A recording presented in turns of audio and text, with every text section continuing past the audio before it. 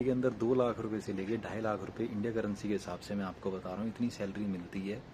और डिपेंड करता है कि आप यूके के अंदर जॉब कर कहाँ रहे हो, कौन सी सिटी में कर रहे हो, कौन सी डिपार्टमेंट में कर रहे हो, कौन सी कंपनी में कर रहे हो और आपका एक्सपीरियंस क्या है, ये बड़ा मैटर करता है। एक ही चीज़ बताना चाहूँगा कि यूके के अंदर कम से कम सैलरी इंडिया करेंसी के हिसाब से 2 लाख रुपए तो मिलती ही मिलती है। ये यहाँ की एवरेज सैलरी 2,20,000, 2,30,000, मतलब 1,800 पाउंड, 2,000 आफ्टर टैक्स डिडक्शन इतना मिल जाता है।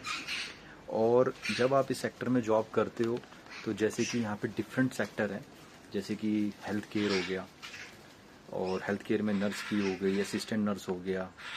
दूसरा पॉइंट हो गया ट्रक ड्राइवर या ड्राइवरिंग, जो ड्राइवर करते हैं, जैसे यहाँ डीपीडी की गाड़ी चलती है, और पर्सनल ड्राइवर है, कोई अपनी ओला उबर चलाता है, उसकी सैलरी भी आसपास इसी के नियर बाय होती है। लेकिन यहाँ पर जो काम करने का तरीका है वो 40 घंटे की जो भी कर सकता है इंसान, 40 घंटे से ऊपर उसकी मर्जी है। कंपनी आपको ये नहीं कहती कि आप 40 घंटे से ज़्यादा करो, वो आपकी मर्जी, ओवर टाइम करना है नहीं करना।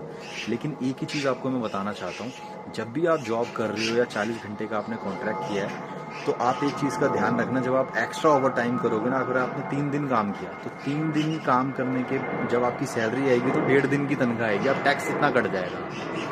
तो ये मतलब ऐसे पॉइंट हैं जो आप इसको आपको समझना चाहिए कि अगर आप एक्स्ट्रा ओवर टाइम कर रहे हो, 3 दिन आपने काम किया तो ओवर टाइम का तो 3 दिन में से लगा लो 1.5 दिन की तनख्वाही मिलती है, और आपको 1.5 दिन के पैसे कट जाते हैं आपके, मतलब टैक्स कट जाता है।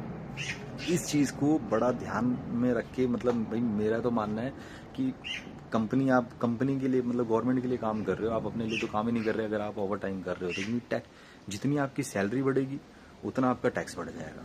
तो ये बड़ा सिस्टम गवर्नमेंट ने बड़ा सेट कर रखा है यहाँ पे। और एक चीज़ आपको बताना चाहता हूँ, जब आपकी सैलरी आती है, जैसे कि वेयर हाउस में यहाँ पर 12 पाउंड से लेके 14 पाउंड के आसपास सैलरी मिलती है। मोस्टली स्टूडेंट यहाँ पे वेयर हाउस के अंदर जॉब करते हैं।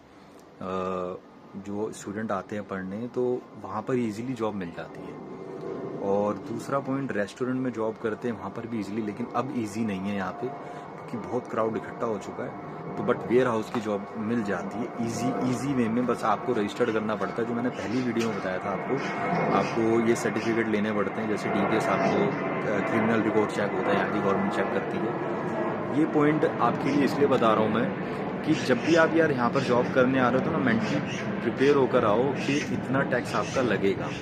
2,000 मिनिमम सैलरी ही मिलती है, उससे ऊपर अगर आप 2,500 रुपये कमा रहे हो, 3,000 कमा रहे हो, तो वो फील्ड अलग होती है। जैसे 3,000 भी आप 3,500 भी कमाओगे तो आपको टैक्स भी उतना देना पड़ेगा।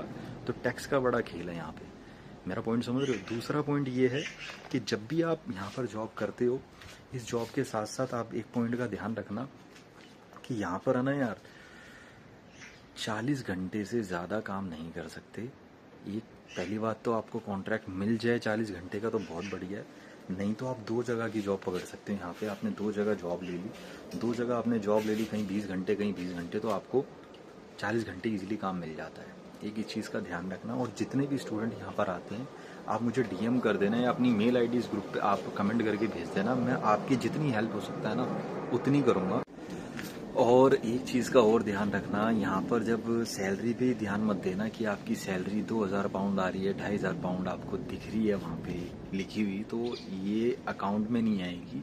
20% टैक्स कटने के बाद आएगी इतनी सैलरी, मतलब आपके अकाउंट में कितनी सैलरी आएगी ये टैक्स के बाद डिपेंड करता है, क्योंकि टैक्स बहुत ज़्यादा कट जाता है यार।